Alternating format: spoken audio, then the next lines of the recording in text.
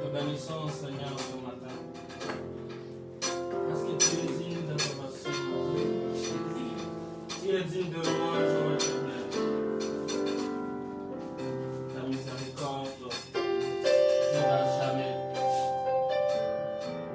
Voilà pourquoi nous te louons ce matin. Que la Bible nous demande de louer l'Éternel. Louer Dieu dans son sanctuaire. Louez-le dans l'étendue où éclate sa puissance. Louez-le pour ses hauts faits. Louez-le selon l'immensité de sa grandeur. Louez-le au son de la trompette. Louez-le avec le lit de la harpe. Louez-le avec les tambourins, avec des danses. Louez-le avec les instruments à cordes et les chalumeaux. Louez-le avec les cymbales sonores. Louez-le avec les cymbales retentissantes. Que tout ce qui respire loue l'Éternel. Louez l'Éternel. Si tu respires encore ce matin, loue l'Éternel. Si tu es vivant ce matin, loue l'Éternel. La Bible nous demande de le louer. Nous tous qui respirons, louons l'Éternel. Parce qu'il a fait de hauts feux pour nous. Oh Seigneur, tu es puissant. Tu es puissant, Seigneur. Si je respire ce matin, c'est par ton amour immense. Si nous respirons ce matin, c'est par ta grâce, oh Dieu. Nous te louons ce matin parce que tu mérites. Parce que tu es notre Dieu. Alléluia. Nani kama wewe Bwana. Wastahili. Tuacha mbele zako asubuhi ya leo. Oh, kwa nyimbo nyipya. Kwa maana wastahili kupewa sifa. Wastahili kuinuka wewe Bwana. Hosana, Hosana, Hosana, Hosana. Oh Seigneur, tu es merveilleux, tu es puissant Seigneur. Alléluia.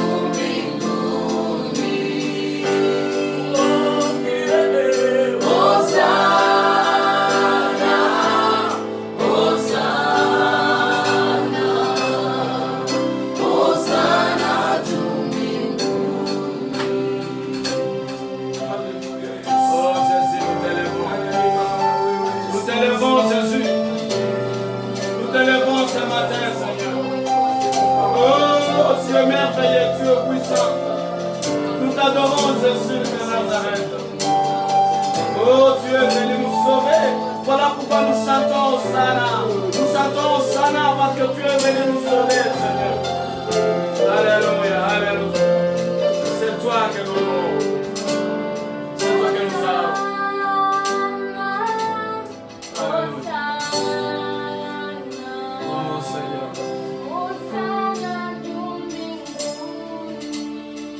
Oh, Seigneur Jésus.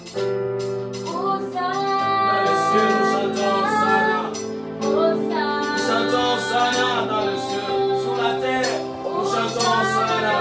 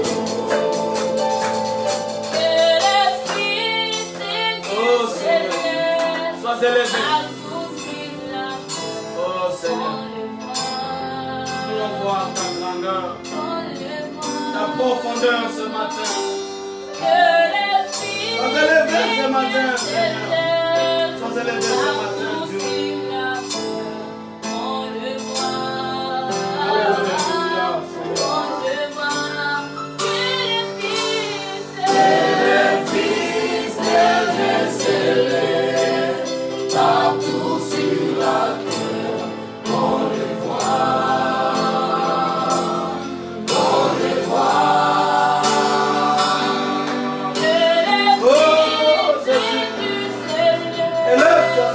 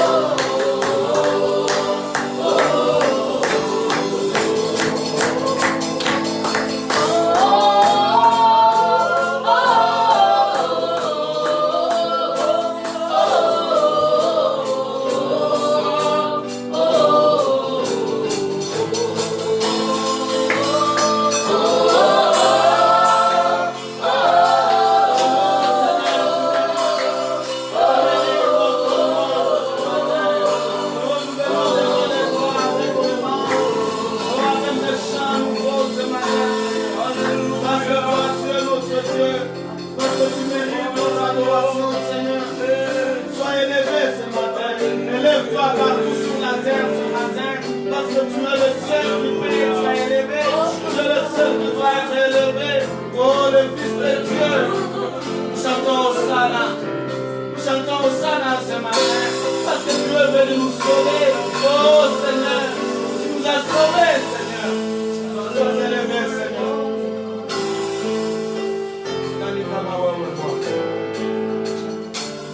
Oh Jésus de Nazareth. C'est toi que nous élevons. C'est toi que nous élevons. C'est toi que nous élevons. Le Fils de Dieu, Jésus-Christ, le seul sauveur du monde entier. C'est toi seulement. C'est toi seulement. Le Seigneur des Seigneurs. Alléluia. Alléluia. Oh Jésus.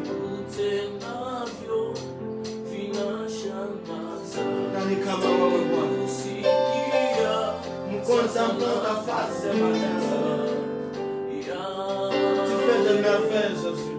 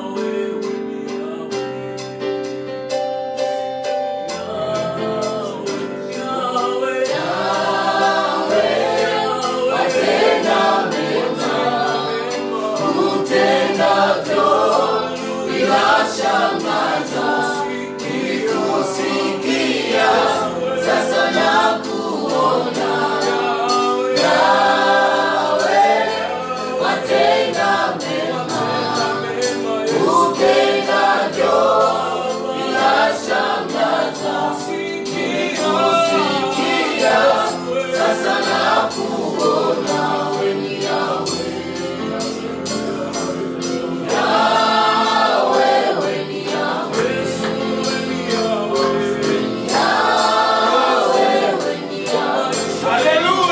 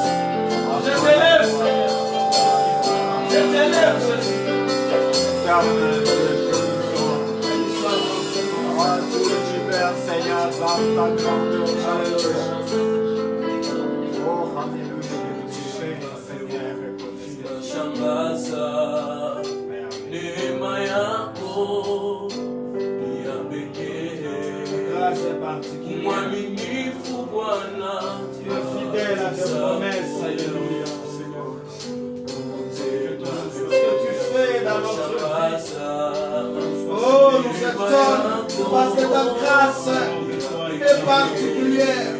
Alléluia. Toujours fidèle à tes promesses.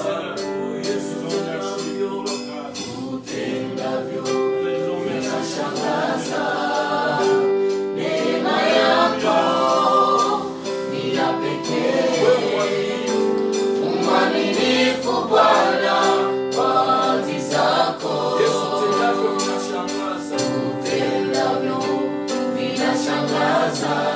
Neema yako ni ya pekee. Mwaminifu Bwana kazi zako. Utendavyo vinashangaza. Neema yako ni ya pekee. Mwaminifu Bwana kazi zako. Umepigana vita vingi Yesu, sijasikia umeshinda. Umepigana vita vingi Yesu, wewe sijasikia umeshinda hata moja. Mwaminifu Bwana zako Yesu.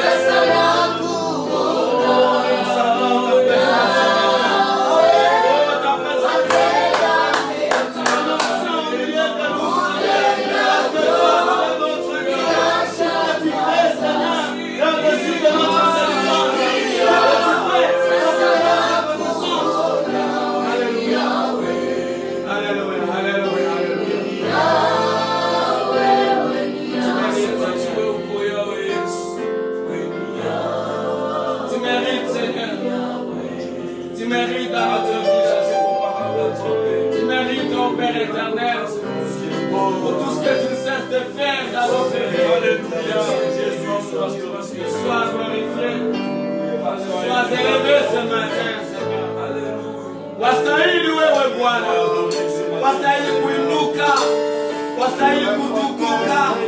Sifa, heshima, mamlaka zina wewe milele yote. Hatutawahi kumwona mwingine aliye kama na wewe. Mungu mwema, Mungu mkubwa. Haleluya, haleluya, haleluya. Uweza una wewe.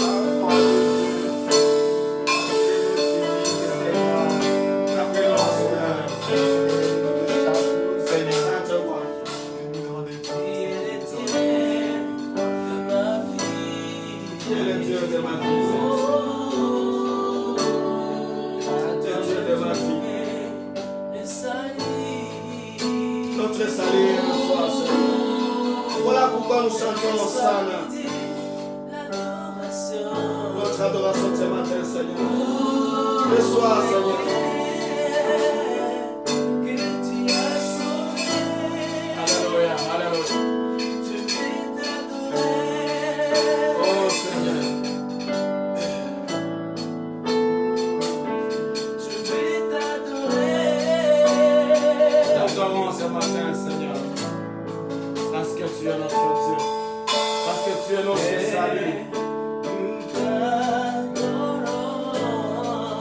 Alléluia, alléluia.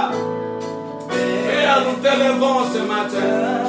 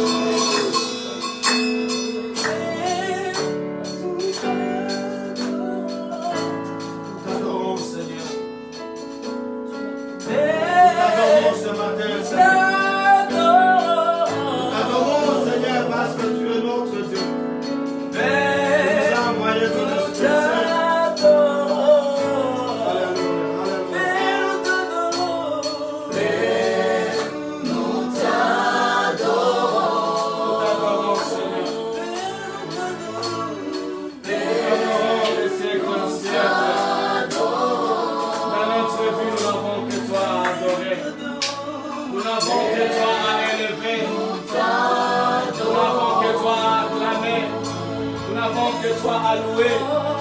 C'est seulement toi que nous avons. Dans notre vie, nous n'avons que ce Dieu. Nous n'avons que ce Dieu merveilleux. Adore le Seigneur. Adore ce Dieu. Parce que ce Dieu est tout puissant. Oh, il fait de grandes choses.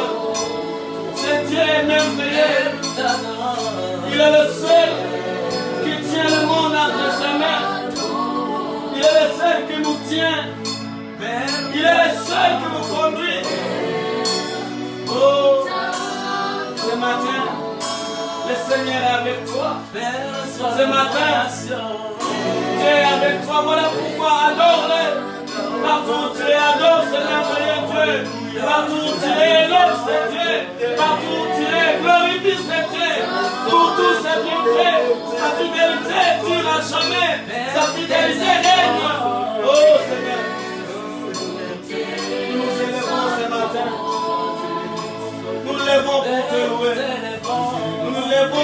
t'adorer, pour chanter tes merveilles, pour exprimer notre amour devant toi. Oh Seigneur, notre amour est immense ce matin. Nous exprimons, Seigneur, notre adoration devant toi. Reçois notre adoration ce matin. Bwana uwe nasi asubuhi ya leo. Uwe nasi asubuhi ya leo. Twakuabudu wewe tu. Twakuinua wewe tu. Kwa yote umefanya katika maisha yetu. Twakuinua wewe tu. Inua Kristo mahali ulipo. Inua Yesu mahali ulipo. Kwa maana huyu Yesu anastahili heshima. Anastahili maabudu. Yesu anastahili kuinuliwa. Oh, kama vile Musa alivyojua nyoka ya shaba katika jangwa, ndivyo tunaliinua jina la Yesu. Oh, kila atakayetazama jina hili atapokea wokovu. Kila atakayetazama jina hili atapokea uponyaji. Kila atakayetazama jina hili atapokea ushindi. Jina la Yesu. Nous élevons ce nom de Jésus. Nous élevons ce nom merveilleux de Jésus. Le nom qui nous a sauvés. Oh, le nom qui nous a sauvés de notre misère, de notre péché. Ce nom de Jésus. Ce matin, nous élevons ce nom. Comme Moïse l'a fait dans le désert. Oh, Moïse a élevé ce nom. Oh, il a élevé le serpent d'airain. Et nous aussi, nous élevons le nom de Jésus. Oh, pour qu'enfin qui va voir ce serpent, qui va voir le nom de Jésus, soit guéri de ses maladies, soit guéri de ses problèmes, soit guéri de ses difficultés. Oh, ce matin, nous élevons ce nom de Jésus. Le merveilleux nom. Le nom qui nous a été donné. Sans ce nom, il n'y a pas de salut. Sans ce nom, il n'y a pas de salut. Le seul nom. Le seul nom. Oh, le seul nom envoyé par Dieu pour sauver le peuple, pour sauver l'humanité, le nom de Jésus. Nous élevons ce nom plus haut. Nous élevons ce nom plus haut. Alléluia, alléluia. Oh, comme Moïse l'a fait dans le désert, nous aussi nous élevons ce nom. Alléluia. Oh, Seigneur. Oh.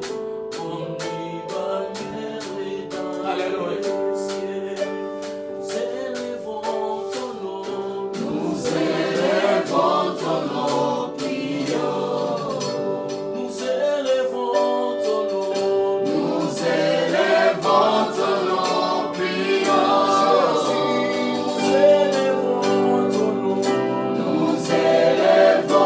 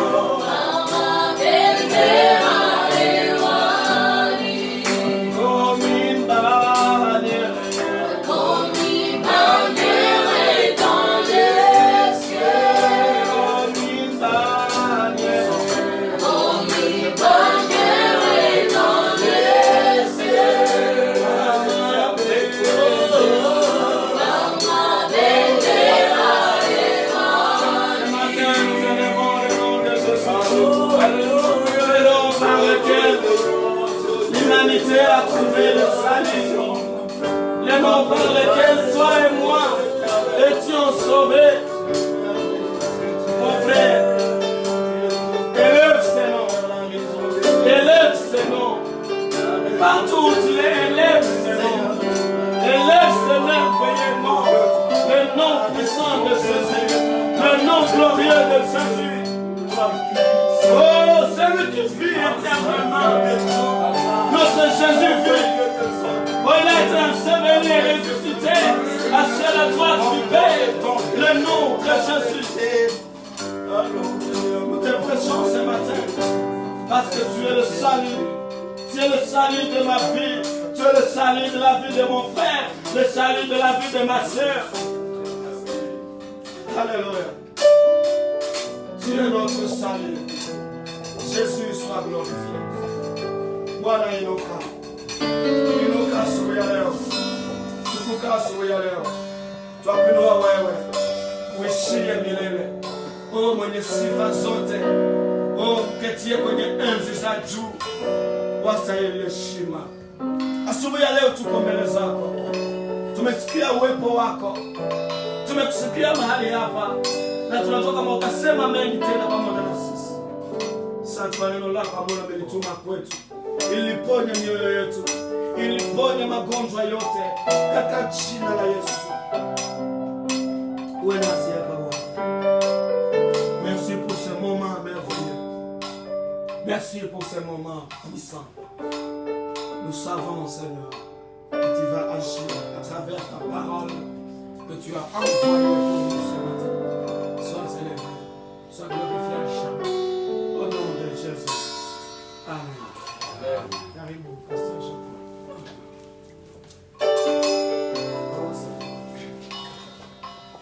Bwana Yesu asifiwe.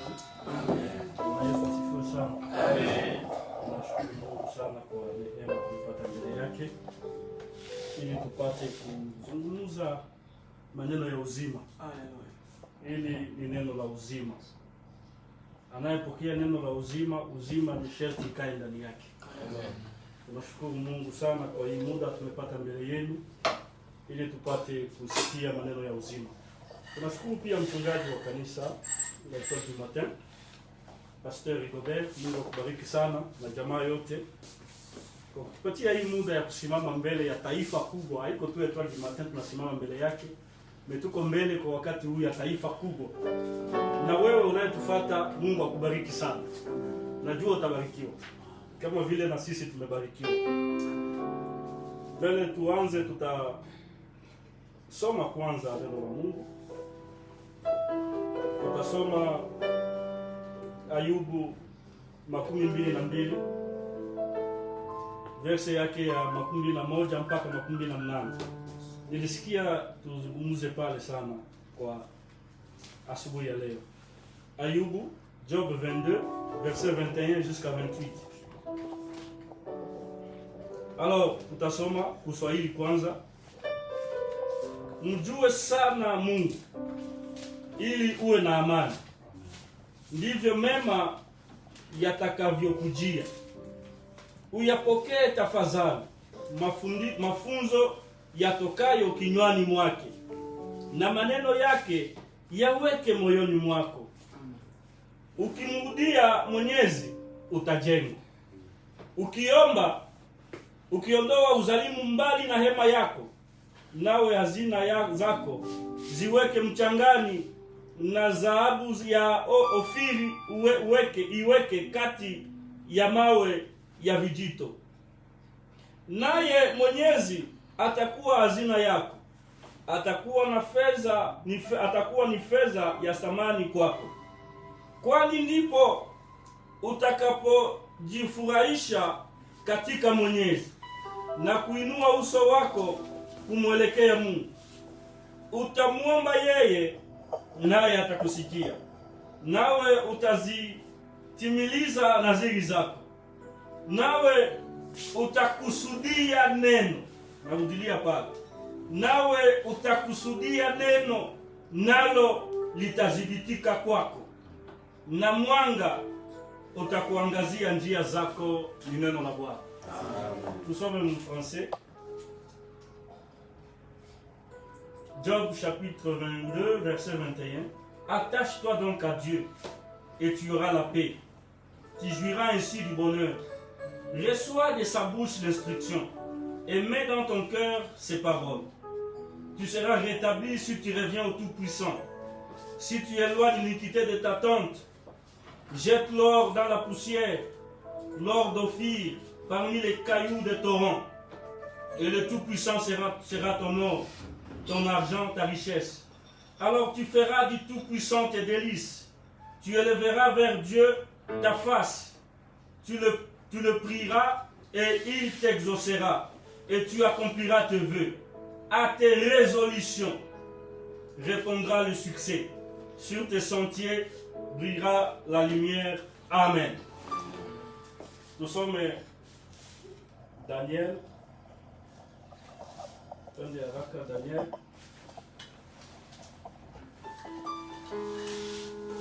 Daniel, chapitre 1. Chapitre 1, verset 8 à 12. Lakini Danieli aliazimu moyoni mwake ya kuwa hatajitia unajisi kwa chakula cha mfalme, wala kwa divai aliyokunywa.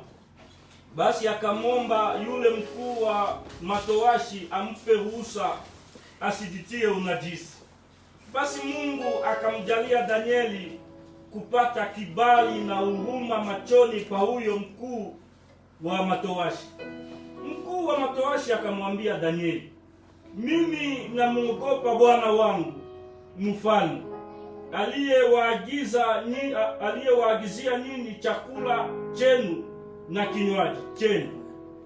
Kwa nini azione nyuso zenu kuwa hazipendezi kama nyuso za vijana elimu zenu? Basi kwa kufanya hivyo mtaharitirisha kichwa changu mbele ya mfalme. Ndipo Danieli akamwambia yule msimamizi ambaye mkuu wa matowashi amemweka juu ya Danieli na Anania na Mishaeli na Azaria, tafadhali utujaribu sisi watumishi wako muda wa siku 10, na watupe mtama tule na maji tunywe. Kisha nyuso zetu zitazamwe mbele yako na nyuso za wale vijana wanaokula chakula cha mfalme. Ukatutendee sisi watumishi wako kadiri ya utakavyoona ni neno la Bwana. Nilipenda kuzungumzia asubuhi ya leo, nisikia neno linagusa moyo wangu sana. Kwako wewe unanisikia, nous allons parler sur un thème très important, savoir prendre des résolutions. Savoir prendre des résolutions. Tutasema kwa Kiswahili kujua kukamata maamuzi. Kuna watu wengi kabisa, surtout wa Kristo, hata wale wasio wa Kristo, wako wanaishi matokeo ya maamuzi waliyakamata. Narudia, kuna watu wengi sana wanaishi leo matokeo ya maamuzi yenyewe wao wenyewe waliyakamata. Watu wengi wako wanaishi matokeo ya maamuzi. Ils sont en train de vivre le résultat de leur résolution. Nataka kwa somo hili ni kuonyesha ya kwamba maamuzi ndio siri kubwa ya mafanikio ya maisha ya mwanadamu. Na maamuzi yanaweza kuwa pia siri ya maanguko ya mwanadamu. Maamuzi, kila kitu kinatokana na maamuzi. Unakamataka maamuzi gani katika maisha yako? Unakamataka maamuzi gani katika hatua zako? Maamuzi gani unakamataka? Tutaanza kudefinir c'est quoi une résolution. Nilisoma dictionnaire inaniambia kwamba la résolution c'est une décision. Lui anasema ni dictionnaire anasema ni décision. Une résolution c'est une décision. Inasema tena la résolution c'est le caractère de quelqu'un qui fait ce qu'il a décidé. Le caractère de quelqu'un tu fais ce qu'il a décidé. Mpendwa, nataka nikwambie ya kwamba la résolution est un acte de foi. Amen. La résolution, maamuzi ni tendo la imani. Si tu ne sais pas prendre la résolution, c'est que tu n'as pas la foi. Parce que la foi, c'est la fermeté. La foi, c'est une fermeté. La Bible dit car la foi est l'assurance des choses qu'on ne voit pas. C'est une fermeté. Quelqu'un qui se prend de la résolution, c'est quelqu'un qui a la foi. Kama haujuake kukamata maamuzi kwa maisha yako, c'est que tu n'as pas la foi. Parce que le dictionnaire nous dit le caractère de quelqu'un qui fait ce qu'il a décidé. C'est ça la résolution. Amen. Il y a des gens qui décident, mais qui n'arrivent pas à faire accoucher leur décision. C'est que tu n'as pas la foi. Na nataka nikwambie mbele tusao tuanze ya kwamba wa kwanza mwenye anajua kukamata maamuzi ni Mungu. Amen. Mungu anajua kukamata maamuzi, na akikusudia kukamata maamuzi, Mungu anahakikisha maamuzi yaliyakamata. Niliona ndani ya Biblia maamuzi makubwa Mungu aliyakamata, na ile maamuzi yaliacha trace mu ulimwengu. Sababu ya maamuzi, Mungu yeye mwenyewe anajua kukamata maamuzi. Na kama tunajidai kuwa watoto wa Mungu, inabidi tuwe watu wa kujua kukamata maamuzi. Unajua huko wakati mwanadamu anafikaka mbele ya kukamata maamuzi yenyewe yanaweza kuangamiza wala kuokoa maisha yake. Il y a des grandes décisions que nous pouvons prendre dans la vie. Na tutaona kujua kukamata yale maamuzi. Nini itatusaidia kusudi tujue kukamata maamuzi ya maisha yetu, katika maisha yetu. Tunasema Mungu yeye mwenyewe, Dieu lui-même sait prendre des résolutions. Quand la terre était informe et vide, Dieu a pris la décision de créer le ciel et la terre. Il a pris la décision, personne ne l'a imposé. Hakuna mtu alimwambia ya kwamba umba sasa mbingu na nchi. Yeye mwenyewe alipoona ya kwamba nchi iko utupu, Mungu alikamata maamuzi ya kuumba. Quand Dieu s'est rendu compte que l'homme se sentait seul, Mungu yeye peke ndio aliona, haiko mtu. Yeye peke ndio aliona ya kwamba Adamu iko mwenyewe. Mungu akakusudia, akasema inabidi tumfanyie msaidizi. Dieu a pris la résolution. Quand la terre fut remplie de méchanceté, Dieu prit la décision de tuer tous les êtres humains et de laisser la vie à Noé et sa famille seule. Alipoona mabaya yanaendelea kuongezeka ulimwenguni, Mungu alisikia mabaya na mnukia harufu ya mbaya. Mungu akuchunga, akakamata maamuzi ya kuangamiza ulimwengu. Akaangamiza dunia na akaacha uhai kwa mtu mmoja na jamaa lake. Dieu a pris la résolution, personne ne l'a imposé. Lui-même a pris la résolution de détruire. Il a pris la résolution. Et ce n'est pas n'importe quelle résolution. Quelqu'un qui prend la résolution de détruire toute la terre, vous croyez que c'est n'importe quelle résolution? Dieu veut lui montrer qu'il est le premier à savoir prendre des résolutions. Et si nous sommes véritablement les enfants de Dieu, nous devons apprendre à prendre des résolutions. Parce que nous avons dit que la résolution, c'est un acte de foi. C'est un acte de foi. Il a pris la résolution de détruire la terre. Na akaacha uhai kwa mtu mmoja na jamaa lake. Quand Dieu a vu que le sacrifice de Noé, quand il a senti l'odeur du sacrifice de Noé, il prit la décision de ne plus détruire tous les êtres vivants. Yeye alipoona sadaka ya Mungu inamnukia vizuri, Mungu akamata maamuzi asema sitaangamizaka tena ulimwengu. Na akatia sini kwa kuonyesha kama sitaangamizaka tena ulimwengu kwa njia ya gharika. Mungu akaweka arc-en-ciel. Ndio tunaonaka ile arc-en-ciel ni sinye ya maamuzi yenye Mungu alikamata mwenyewe. Akasema sitaangamiza tena ulimwengu kwa njia ya gharika. Akakamata decision. Tunaona hata huko Sodoma na Gomora, wakati mabaya yaliongezeka. Hii problema ya homosexualité haikuanzia hapa, ilianzia kwa Sodoma na Gomora. C'est là que homosexualité ilianzia. Na kwa kuhakikisha kwamba homosexualité ilianzia Sodoma na Gomora, wakati Mungu anatuma malaika kwenda kumuokoa Lutu. Biblia inasema wakati wale wa malaika waliingia ndani ya nyumba ya Lutu, watu wa Sodoma waliposikia wakamwangika kwa nyumba ya Lutu. Lutu akawasia sema, msifanye watumishi wa Mungu vibaya. Acha basi niwapatie wasika wangu, mwende mkawajue. Mkawajue. Mabaya yaliongezeka sana Sodoma na Gomora. Mungu akakamata maamuzi. Donc Dieu se prend, ce n'est pas n'importe quelle résolution. Et si nous sommes véritablement enfants de Dieu, nous devons arriver à prendre des résolutions qui ne sont pas les moindres. Si nous arrivons à prendre des résolutions qui ne sont pas les moindres, c'est que nous faisons partie des enfants de Dieu. Amen. Parce que la résolution, c'est un acte de foi. Si tu n'as pas la foi, tu ne peux pas prendre la résolution.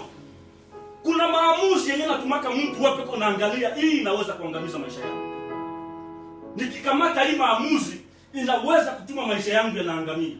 Unawazia maamuzi yenye Meshaki, Shadrach na Abednego walikamataka. Ilikuwa maamuzi ya ziaka. Umdefie mfalme. Mfalme ndio anasinye, na wakati ule Biblia inasema kwamba sheria ya Wamedi na Wajemi ilikuwa mfalme akiapose signature haiwezi ikabadilika ile sheria. Sheria yenye mfalme ile wakati mfalme wa Wajemi alikuwa akitia tu signature, na ces gens qui ont monté ces coups, ça veut que tuka réussir tout kupata signature ya mfalme, la résolution ne sera pas révoquée. Alléluia. La décision du roi ne sera pas révoquée. Mais regarde, 3 jeunes hommes, ils ont pris la résolution de défier la loi de ce roi. Baka défier. Baka sema sisi tunajua Mungu wetu.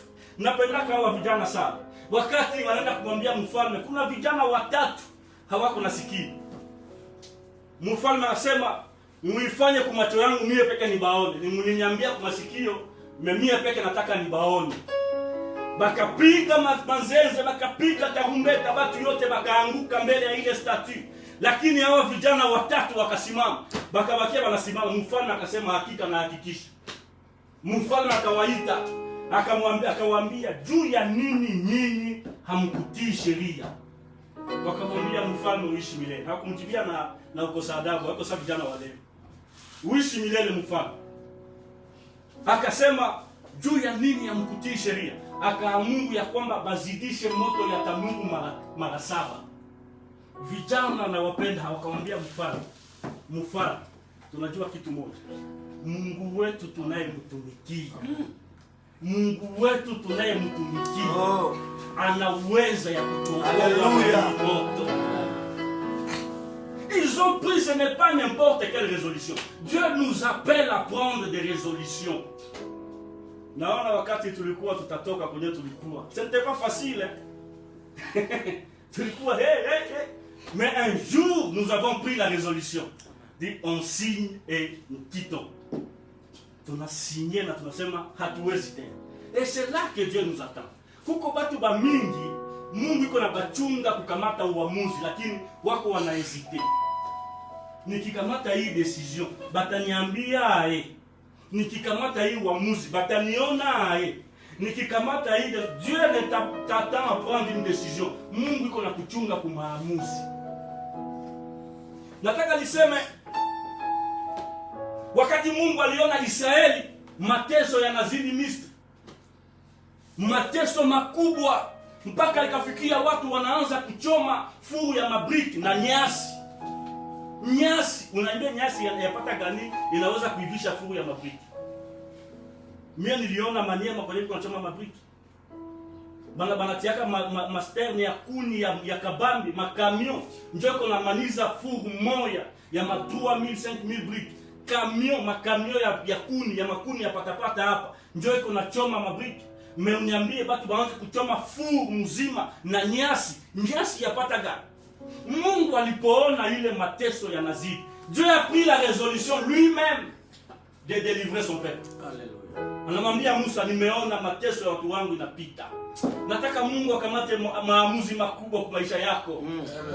Maombi yangu asubuhi ya leo, Mungu akamate resolution juu ya maisha yako. Amen. Na tutaona resolution ya Mungu. C'est une résolution qui n'a pas d'opposition. Amen. La résolution de Dieu n'a Alléluia. jamais eu d'opposition. Amen. Si Dieu décide de faire quelque chose dans ta vie, personne ne s'opposera. Alléluia. Personne. Personne. Les résolutions de Dieu sont immuables. Ça ne change pas. Sont immuables. Personne ne s'opposera. Mungu akikusudia kukamata maamuzi, na yale maamuzi ni maamuzi makubwa. Mungu akamwambia Musa, yatosha, mimi mwenyewe nitashuka. Nampenda Mungu sana, yeye atumake watu. Na ukiona anatuma mtu mwake iko ndani ya yule mtu. Hawezi kutuma mtu hivi hivi. Mungu akikutuma ukamate maamuzi makubwa, maana yake yeye ndio iko ndani. Yeye ndio anaingia mwile aferi, haiko wewe. Wewe usivimbe vimbe, Mungu ndio pekee kunafanya ile aferi. Unapohubiri mzuri usivimbe asema mimi niko mhubiri, kwa Mungu ndio kunafanya ile aferi. Anasema mimi mwenyewe nitashuka na naenda kuokoa watu wangu. Quand Dieu a vu la rébellion de Lucifer, Shetani alipoinuka kutaka kumdétrôner Mungu, Mungu akakamata maamuzi ya kumtupa. Dieu a pris la résolution akamtupa kutoka kule, kumtupa duniani. Mungu, kama Mungu anayua kukamata ma résolution, a combien plus forte raison sisi watoto wa Mungu. Na nataka nikushangaze, hata watu waovu wanajua kukamata maamuzi. Nilikuwa nasoma Biblia naweza Matendo ya Mitume naweza 17. Batu babaya banapanga mpango, banasema si kama atumalize maisha ya Paulo. Maana yake haiko si. Bakasema hatutakula chakula 3 jours. Ils ont gêné. Baovu wanafungaka. Bakafunga 3 jours, wasema mpaka tutakamata maisha ya Paulo mikono yetu. Les méchants savent prendre des décisions, mais les enfants de Dieu ne savent pas prendre des décisions. Unaona mbele ya kitu, mtu anakuwa anahangaika, tetemeka. Dieu nous attend à prendre des résolutions. Hii corona, niko nashangaa kuona watumishi ya Mungu, biko naona corona saa mataifa. Gisi bapagani banaona corona, vile ndio watumishi ya Mungu biko naona corona. Habana hata macho ya ndani ya kuona hii corona ni nini. Na kama watumishi ya Mungu mnanisikia, Mungu awapatie macho ya kuona vile viko vinapitika. Nakwambia, tutafanya na miezi 10 na tuko mmanyumba. Niko leo naingia fazi moja nakuta mama mmoja shekala niko nafuata television. Kisha nauliza ni papa. Huyu mama alikuja hapa kutumika sema no. Anakia kuchunga mahubiri ya pastor wao kwa television. Batu wanaanza kuhangaika mu salon de coiffure dia bafate mchungaji kuna mahubiri. Kama Mungu atupatie macho ya Elisha, macho ya kuona benye bengine ya baoni, macho ya kuona benye bengine ya batazama, wapendwa, tutapikwa na 10 mois na atuone milango ya makanisa. Dieu attend des gens qui vont prendre des résolutions, qui vont se dire ça, c'est fini, c'est assez. C'est assez. Vous croyez que ce que nous traversons, ça vient de Dieu? Personne ne te trompe, ça ne vient pas de Dieu. Ce sont les hommes. Nous devons nous lever comme un seul homme et prendre des résolutions comme les autres. Nous devons prendre des résolutions. Mungu akakamata maamuzi. Nampenda Yesu naye akubakia. Tulisema la résolution de Dieu n'a pas d'opposition. Job 23:13. Mungu akakamata maamuzi papa. Personne ne peut aller en l'encontre. Maombi yangu wao nisikie. Mungu akamate maamuzi kwa maisha yako. Amen. Que Dieu décide quelque chose dans ta vie. Amen. Et je sais que si Dieu décide, personne ne peut aller en l'encontre. Personne. La Bible me dit. Job 23:13. La résolution de Dieu. Job 23:13. Biblia nasema hivi. Mais sa résolution est arrêtée. Qui s'y opposera? Mais sa résolution est arrêtée. Qui s'y opposera? Ce que son âme désire. Ah, j'aime Dieu. Il exécute. Dieu exécute tout ce que son âme désire. Dieu nous appelle à prendre des résolutions, mon frère. Dieu nous appelle à prendre des résolutions, ma soeur. La Bible dit, ce que son âme désire, il l'exécute. Malamingi, nous avons ce que nos âmes désirent, mais on n'arrive pas à exécuter. On ne sait pas prendre des résolutions. Il y a des gens qui ils sentent quelque chose en lui, kiko nasikia kitu ndani yake kinapanda, mais hafikie kukamata maamuzi, hafikie kuexécuter. Tu ne sais pas prendre des résolutions. Tu ne sais pas prendre des résolutions. La résolution de Dieu, si il arrête, personne ne s'oppose. Notre Seigneur Jésus a pris aussi une résolution. J'aime Jésus, hein? Il sait quel moment prendre des résolutions. La résolution, on ne la prend pas n'importe quand. Il faut savoir lire le temps pour prendre une décision.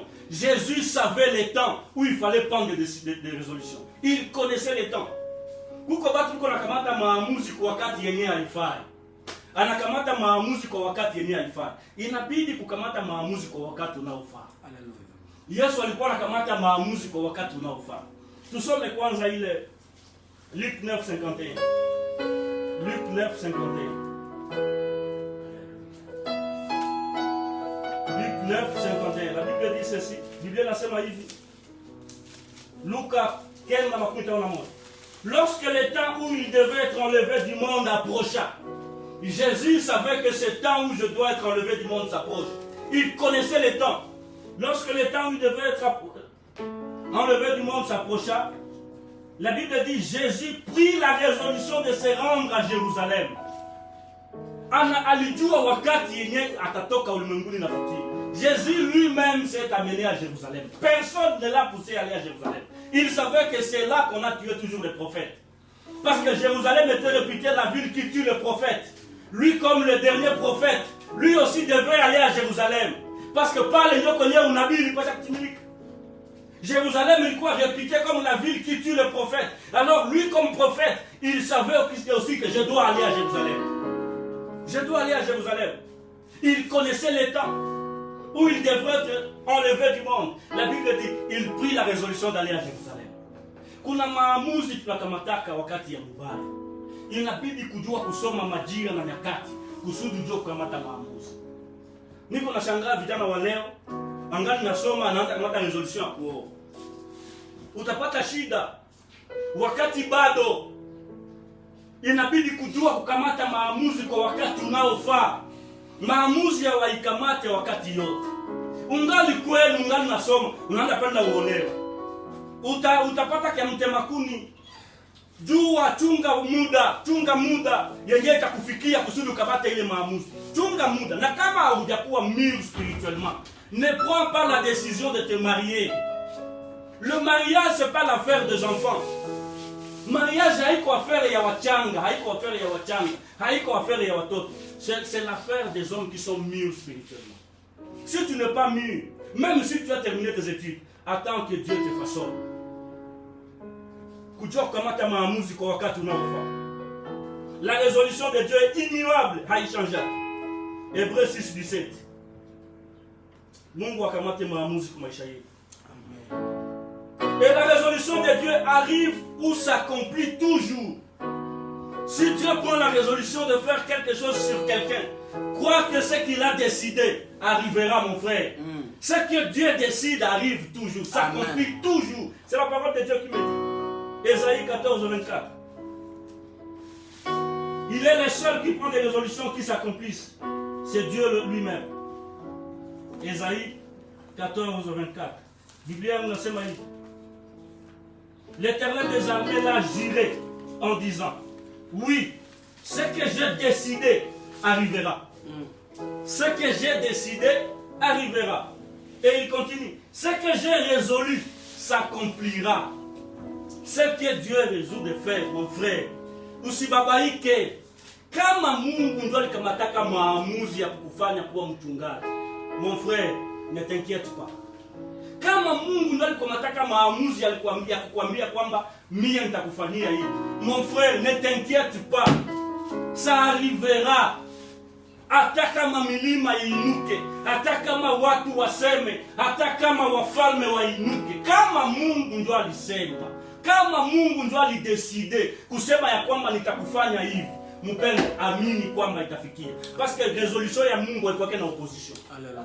Personne ne s'oppose, personne. La résolution de Dieu est immuable, ça ne change pas. Haitikisiki. Ndio maana nataka nikutie moyo Etoile du Matin na wewe unanifuata. Kama Mungu ndio alisemaka kitu kwa maisha yako, amini kwamba kitatokea, hata kama majira yabadilike, hata kama milima iinuke, kama Mungu ndo alisema yatatokea. Parce que Dieu sait prendre des résolutions. Habari tunasoma na tutaongeza tena kusema toute résolution prise qui n'est pas en accord avec la volonté de Dieu fera de toi un rebelle. Kila maamuzi unakamata kwa maisha yako haina rapport na mapenzi ya Mungu, itakufanya uwe muasi. Ça fera de toi un rebelle. La Bible nasema kila siku un rebelle c'est un démon. Parce que la Bible dit les rebelles vivent dans les lieux arides. Et Jésus dit quand les démons sortent de quelqu'un, dans les lieux arides, donc un rebelle c'est une compagnie de démons. Parce que tous vivent dans un même lieu. Kama maamuzi yote unakamata kwa maisha yako, ce n'est pas en accord avec la volonté de Dieu, cette résolution fera de toi un rebelle. Un rebelle, je le répète, fera de toi un rebelle. Et il y a des gens qui se sont rebellés contre Dieu sans le savoir, à cause de leur résolution. Maamuzi mabaya itakufanya kuwa muasi. Muasi. Tuisome. Siku nasema maneno yenye sikusikia na sikuiona. Esaïe 31. Isaya 31. Malheur, dit l'Éternel, aux enfants rebelles qui prennent des résolutions sans moi. Qui prennent des résolutions sans moi. Et qui font des alliances sans ma volonté pour accumuler péché sur péché. Kila resolution, kila decision na kamata kwa maisha yako, kama unaifanya umshirikishe Mungu, itakufanya wewe muasi. Na waasi hakuna kwenye wanaendelea. Hii inatuma Wakristo wengi hawako wanaendelea kwa maisha yao. Wakristo wengi wanakuwa Wakristo miaka mkanisa, lakini mabadiliko haionekane. Hata wachungaji wengi wanakaa miaka mkanisa na wako wanajiuliza, je, si ndio tunamtumikiaka Mungu wala hapana? Mpendo, kaka nikwambie, chunguza maamuzi unakamata. Regarde bien tes résolutions.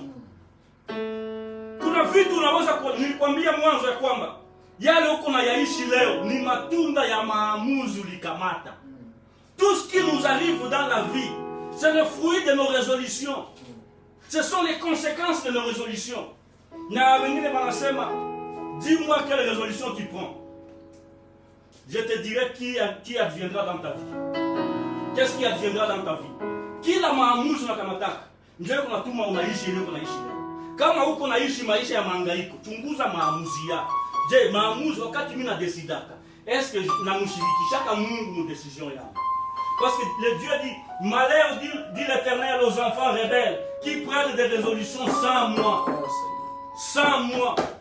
Unaamka tu asubuhi, una décidé. Ulilala unaamka, una décidé. Et tu ne demandes même pas au Seigneur. Dieu est là pour nous écouter, mon frère. Dieu est là pour nous écouter, ma soeur. Prends le temps de demander à Dieu ce que je veux faire, Seigneur. Est-ce que ça va de pair avec ta volonté? Dis-moi, Seigneur. Kuna watu wengine wanatoka tu mwakazi, ndio walimproposer huko $10,000, iko fazi ya 5,000, directement anataka mzigo wake, naenda fazi ya mingi. Mpendwa, uliza Mungu. Uliza Mungu. Kuko $10,000 unaweza kula mwezi mmoja na kazi inaishi. Na kwenye ulitoka ukapata 5,000, unaikosa. Uliza Mungu. Que Dieu t'oriente, anasema yeye peke. Nitakufundisha, nitakushauri na nitakuonyesha njia ikupasao kufanya kuifuata. J'aime une sœur. Huyu dada anabarikiaka maisha yangu na maisha yake yote yalibadilika kufuatana na maamuzi alikamataka. Nakwambia maisha yako yanaweza kubadilika kufuatana na maamuzi utakamata leo. La décision que tu peux prendre aujourd'hui peut changer toute ta vie. Toute ta vie change à cause d'une simple résolution que tu as prise. Toute ta vie change. Huyu dada maisha yake yote libadilika sababu tu ya maamuzi. Na huyu dada anaitwa Ruth. Alikuwa mtu wa Moabu, wa mataifa, hawakumjua Mungu. Walikuwa wanaabudu miungu. Na wakati huyu Naomi na bwana yake wanaenda Moabu, wanakimbia njaa. Ikafikia walipofika, Naomi watoto wake wawili wakafa, wale vijana wake wawili, na mume wake akafa Moabu. Na wale watoto wawili wanaume walikuwa wameoa.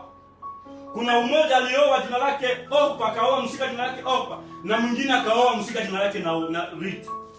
Na hao wajane wawili wakati mko wao akawaambia, sisi mimi narudia kwetu. Njala tulikimbiaka isha. Na mimi niko sasa nikianza safari ya balaa. Bibi na bwana na watoto wote wanamalizikia. Mimi sio tena maana kubakia, kunaenda kwetu. Hao wasika wawili wakafuatana na Naomi. Wakafika kunjia, Naomi anawaambia, mimi naona haina maana mwende. Mrudie. Sitaweza kubagaramia, mrudie. Huyu Orpa akasikia haraka akarudi. Nampenda Rita akamwambia, mama, jinsi Mungu aishivi, ule Mungu wako sitakuacha. Kote kwenye utaenda na mimi nitafanya nini? Nitaenda. Mungu wako atakuwa nani? Kujua kukamata maamuzi yanaweza kubadilisha maisha ya mtu. Akasema Mungu wako, na mimi naitika leo mie Rita. Hata kama hatumjua ule Mungu, mimi naitika Mungu wako atakuwa Mungu wangu. Nimekukuacha ndio sitakuacha. Kwenye utalala na mimi nitalala. Kwenye utaamka na mimi nitaamka. Ndio nilisoma ile Rita 1:18. Sikia huyu dada. Rita 1:18. Tusoma kwa Kiswahili. Rita 1:18 nasema hivi. Biblia nasema basi alipomwona kuwa amekaza nia, Naomi akaona kwamba huyu dada amekaza nia yake kufuatana naye, aliacha kusema naye. Sema huyu fie si yaonaka wa hivi. Akaona dada anabakia mu decision, anabakia mu maamuzi yake. Naomi akasema sina tena kusema, twende basi. Na tunajua historia ya huyu dada iliingia mu genealogy ya Yesu. Huyu dada iko parmi kutumbu yake ndio kunatokea Masia. Mtumbu ya Rita ndio kunatokea Masia. Sababu ya simple resolution yenye nikamata. Anasema Mungu wako atakuwa Mungu wangu. Kwenye utalala na mie nitalala. Mpendwa, jua kukamata maamuzi. La simple décision que tu peux prendre aujourd'hui peut changer le cours de ta vie. Une simple décision peut changer le cours de ta vie. Dieu nous appelle à prendre de bonnes résolutions. Dieu nous attend à prendre de bonnes résolutions. Je connais beaucoup de gens dans la Bible qui ont su prendre des résolutions et nous savons les conséquences qui sont arrivées dans leur vie. Naona taa wakoma. Uniambie bakoma papa, bana délivrer taifa. Bakoma. Njaa inaingia wakati ule Samaria ilikuwa njaa ya ajabu. Oh Seigneur. Mpaka mtumishi wa Mungu akatabiri. Kuna wengine hawakuamini. Kuna probleme nyingine baada kutabiria wanasema hii kwa sababu Mungu iko na mjaribu. Kuima teso yote Mungu ananiambia mimi nitatoka bongo. Bakoma bakaenda, bakaingia mkambi ya adui, bakafika, bakasema j'aime beaucoup c'est le peuple. Bwana sema tukiingia mkambi ya adui tutakufa. Mena tukibakia hapa tutakufa na njaa. Tufe nini? Tujitupe tu. Ils ont pris la résolution de se jeter dans les camps de l'ennemi. Oh Seigneur. Afadhali nikufe na nilifanya kitu kuliko kukufa na sikufanya kitu. Afadhali nikufe na nilifanya kitu kuliko kufa na sikufanya kitu. Bakasema tukibakia hapa tutakufa na njaa. Tukiingia mkambi ya adui batatuua. Metufanye nini? Tujitupe tu. Kama kufa tukufe. Bakaingia mkambi ya adui. Biblia inasema adui aliposikia miguu ya wale wakoma ilikuwa inalia sama radi. Adui akakimbia sababu walijua kukamata maamuzi. Na mpenda huyu mama anachoka na problème. Kuna wakati mmoja kama problème inapita, kamata décision. Dieu t'attend à une décision. Huyu mama 12 ans anasufiri, 12 ans. Biblia inasema hakuna kwenye alienda, hakuna. Wala hakupataka msaada. Tena Biblia inasema hali yake kaendelea kuwa mbaya. Kuliko kusaidiwa, hali yake inaendelea kuzorota. Mama akakamata uamuzi. Mie huyu Yesu leo tunamsikia kama anaweza. Huyu Yesu nishamsikia habari zake. Anaponya, anafanya hiki na mie leo na decide kama nitakufa nikufa. Mie nitagusa kile pindu ya basi yangu. Oh Seigneur. Kama kufa nikufa. Unawazia nikuulize. unawazia huyu mama kumfika hapo Yesu ilikuwa facile. Jésus était entouré par une foule immense. Kumfika Yesu atakuwa facile mpendo. Haiko sababu utatoka hapo na mkamata ule ndugu pale. Yesu alikuwa anazungukwa na umati ya ajabu. J'aime le courage de cette maman. Akasema mie niko décidé paka tagusa ile pindu ya basi. Elle est allée, elle a touché. Simple décision leo, ça peut changer le cours de ta vie. Alléluia. Oh, nampenda mwana mpotevu. Aisha dilapide franka ya baba yake. Anaanza kula chakula ya manguruwe. Anajiuliza siku moja akasema, nitaendelea kuteseka hivi yae. Mbona baba yangu yuko tajiri? Mbona baba yangu akose kitu? Mie naona nakamata uamuzi nirudie tu kwa baba yangu. Mpendwa, kungali wakati rudia. Baba iko na kuchunga, Yesu iko na kuchunga mikono wazi. Rudia kungali wakati. Kama ulikimbia, ulienda mbali na nyuso ya Yesu, iko na kuchunga mikono wazi. Kamata uamuzi mpendwa. Kujua kukamata uamuzi. Ndio pale tulisoma kwa Ayubu. Anasema Ayubu anaongea mambo makubwa. Kusudi maamuzi yatokee, maamuzi unayotafanya ilete matokeo. Anasema ya kwamba Ayubu 12. Ayubu 12 tulisoma. Msoma 11. Ayubu anasema hivi. Mjue sana Mungu ili uwe na amani. Hakuna amani mbali na Mungu mpendwa. Wote wenyewe unaona wanaendelea, wana maendeleo makubwa, wanajenga, wanauza hiki na hiki, hawana amani. Kama hauko karibu na Yesu hakuna amani. Mjue Mungu ili uwe na amani, ndivyo mema yatakavyokujilia. Uyapokee tafadhali mafundisho yatokayo kinywani mwako, na maneno yake yaweke moyoni mwako. Ukimrudia Mwenyezi utajengwa. Haleluya. Ukimrudilia Mungu mpendwa asubuhi ya leo, Mungu anasema utajengwa. Ukimrudilia Mwenyezi utajengwa. Na pale kwa 18 Biblia inasema nawe utakusudia neno, nalo litadhibitika kwako. Haleluya. Na mwanga utakuangazia njia zako. Haleluya. Kamata tu maman, c'est simple de prendre une décision. Si tu dis seulement Seigneur, je reviens à toi ce matin. C'est une simple décision que tu peux prendre et qui peut changer le cours de ta vie. Prends seulement la résolution, mon frère. Jésus, je t'accepte ce matin comme mon Seigneur et Sauveur. Na Biblia inasema kwamba kwa wote waliompokea aliwapa uwezo ya kufanyika wana wa Mungu. Une simple décision peut te mettre dans la famille de Dieu ce matin. Kamata uamuzi. Sayombe kitu, kamata uamuzi. Kamata tu uamuzi jioni ya mchana wa leo. Ambia Mungu nakupatia maisha yangu. Ambia Mungu huko nje sikupata kitu. Nakwambia huko nje hakuna kitu. Huko nje ni magonjwa. Huko nje ni kifo. Huko nje ni mahangaiko. Huko nje ni kukosa amani. Hakuna amani mbali na Mungu. Rudia. Fanya kama huyu mwana mpotevu alisema, nitarudia kwa baba yangu. Mbona naendelea kuteseka? Mbona mimi nateseka kupita kiasi? Rudia. Haleluya. Pour prendre une décision, il faut être courageux. Premier point. Sois courageux. Dieu rappelle à Josué, fortifie-toi et aie bon courage. Parce que Dieu savait que Josué arrivera à un certain moment où il va prendre de grandes résolutions. Et s'il n'a pas le courage, il ne peut pas arriver. Chers serviteurs de Dieu, il faut avoir du courage à prendre des décisions. Leo batumishi ya Mungu mingi biko na deka ba Kristo. Unaona mkristo kumabaya uko na mdeka. Il faut être courageux pour prendre certaines décisions. Il faut être courageux. Hapana kuweka mabaya duko na hii hekima ya leo inapita sana kushinda hekima ya Roho Mtakatifu. La Bible dit ne sois pas sage à l'excès. Ne sois pas sage à l'excès. Il faut prendre des résolutions.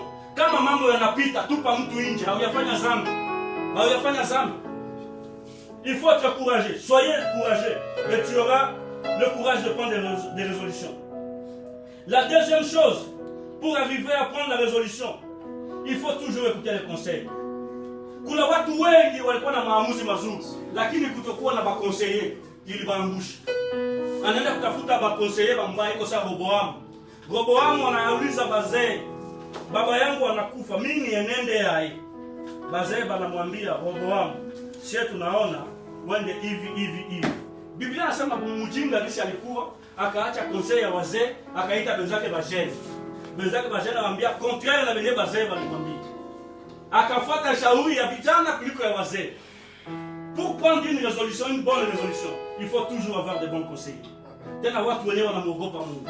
Wataua, tafuta wataua wakusaidie na utakamata maamuzi ya mzuri. Ukitaka ufanye maamuzi wewe peke, yanaweza kuwa ya mzuri, lakini kama hauna watu wenyewe watakusaidia kusudi utimishe ile maamuzi, yanaweza kwenda mbali na mapenzi ya Mungu. Na Mungu anasema malheur aux enfants rebelles qui prennent des résolutions sans moi. Sans moi. Mungu atusaidie. Tutaendelesha somo haya kujua kukamata maamuzi. Kuko decision tu Mungu anakuchunga, simple decision. Ça peut changer mpokea aliwapa uwezo wa kufanyika wana wa Mungu. Kamata tu simple decision, mwambie Yesu sai nakupa maisha yangu. Baada ya kusikia hili neno, na kamata uamuzi kama huyu Ruth ya kwamba nakupa maisha yangu. Mungu wako atakuwa Mungu wangu na Mungu atabadilisha maisha yako. Mungu akubariki. Amen.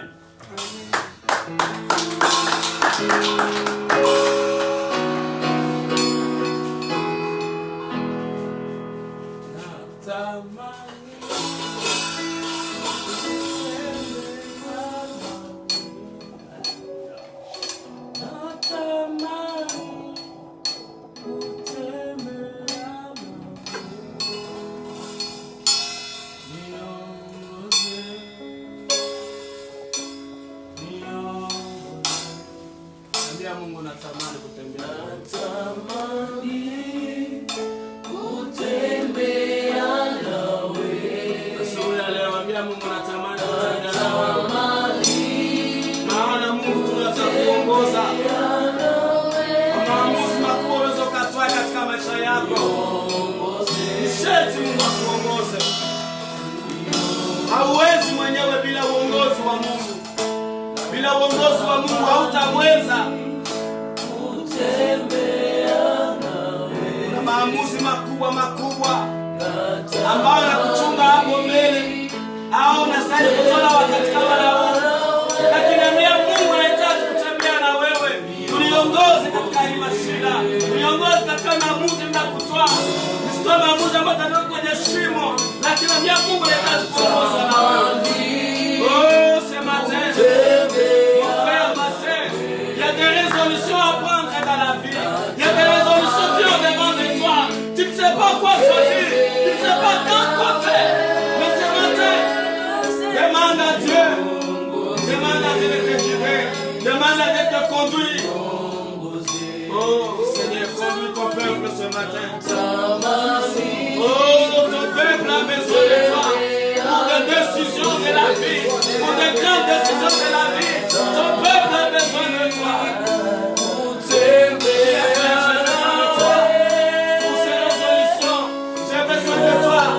J'ai besoin de toi. Demande à Dieu. Demande à Dieu. Demande à Dieu. Alléluia. Katika maisha yako wahitaji kutembea na Mungu.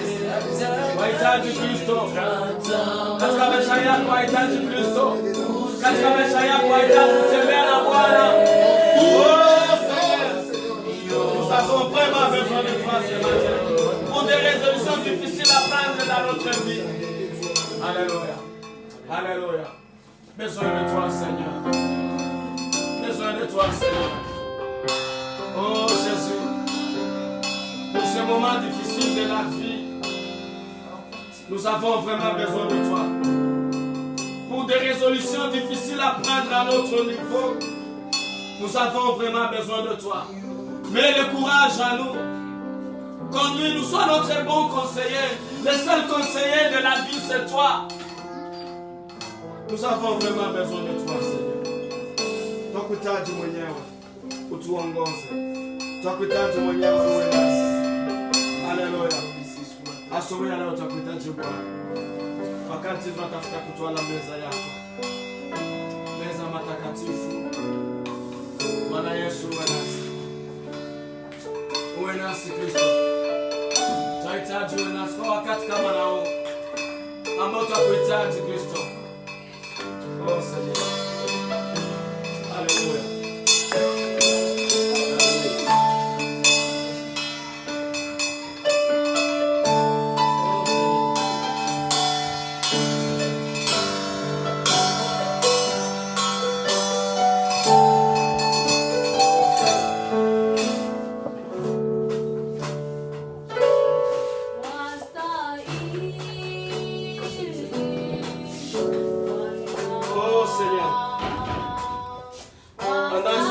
matin, nous voulons prendre ce repas, Seigneur.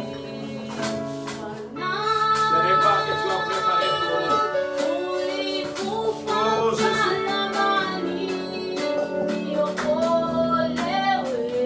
Jésus, nous avons vraiment besoin de toi. Pendant ce moment, Seigneur, pendant ce moment où tu es devant de nous, Seigneur, je me souviens que ce jour-là, tu avais dit aux disciples, alléluia, tu avais dit aux disciples, de prendre ce pain qui représente ton corps, cette coupe qui représente ton sang. Ce matin, Seigneur, ce repas est préparé. Le repas est descendu du ciel. Oh Seigneur, que ce repas nous fortifie. Que ce repas nous fortifie ce matin. Nous allons boire de ce coupe. Nous allons qui va manger de ce pain. Il est la vie de toi en lui. Oh Seigneur, assouvir à la voix. Il est la vie qui connaît lui. Il est la vie awena ufufuko wa milele, ufufuko ambao umeandaa kwa ajili yetu. Haleluya.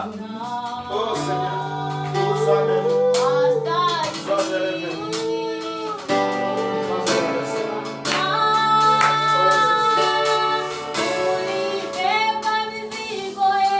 Oh Seigneur, nous t'élèvons Seigneur. Alléluia. Oh Jésus. Alléluia, alléluia, alléluia. Oh Seigneur. Wastahili Bwana. Oh Seigneur, sois élevé. Oh Jésus, Jésus, Jésus. Sur la croix, tu as donné ta vie pour nous. Oh Seigneur. Oh Seigneur. Alléluia. Oh Jésus de Nazareth. Oh Seigneur. Oh Seigneur. Oh Jésus. Béni soit ton nom. Nous avons la paix du cœur parce que tu es là.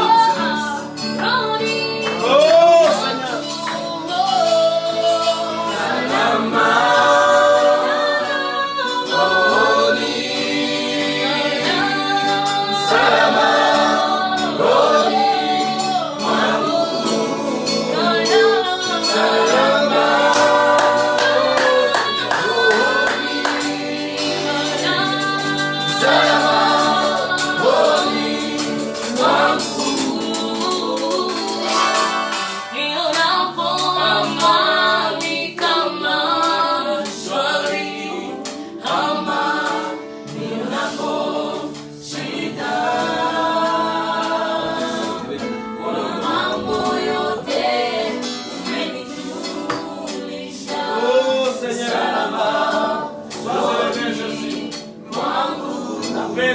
Nous l'avons en toi, Seigneur.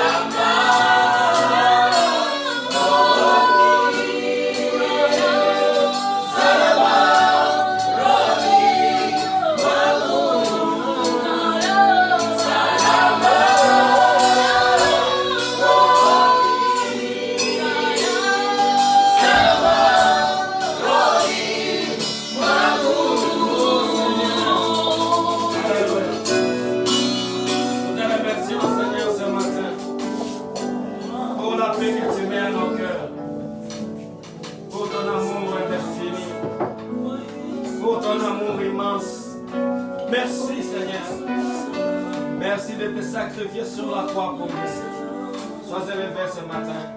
Sois béni ce matin, Seigneur. L'honneur et la gloire t'appartiennent. Tous les jours de notre vie, nous avons vraiment besoin de toi. Guide-nous, conduis-nous. Permets-nous, Seigneur. Guide-nous dans les résolutions difficiles de la vie que nous pouvons prendre. Seigneur, aide-nous à prendre de bonnes résolutions venant de toi. Oh, des résolutions après qu'on les prenne, il n'y a pas de chagrin. Les résolutions venant de Dieu. Alléluia. Ah, je me souviens, tu décidas ce jour-là. Oh, tu avais pris la résolution ce jour-là d'envoyer ton fils sur la terre. Tu n'as pas vu les difficultés qui l'attendaient. Tu n'as pas vu comment il devait être crucifié sur la croix pour nous. Tout ça, tu n'as pas vu. Mais tu as pris la résolution de l'envoyer ici pour que moi je sois sauvé. Pour que mon frère et ma soeur soient sauvés. Sois béni, Seigneur. Sois élevé ce matin par le sang de Jésus. Nous prions ainsi. Amen. Asante ndugu ambao umetufuata asubuhi ya leo. Sikia neno la Mungu pamoja na sisi. Tuko kanisa la Etoile du Matin. Asante kama utasikia kujiunga na sisi. Karibu. Mungu akubariki. Neema ya Bwana iwe nawe. Mungu akuangazie nuru za uso wake. Asante tena kutufuata siku nyingine. Kwa jina la Yesu tunaomba tukiamini kwamba Mungu atakutendea hivyo. Amen.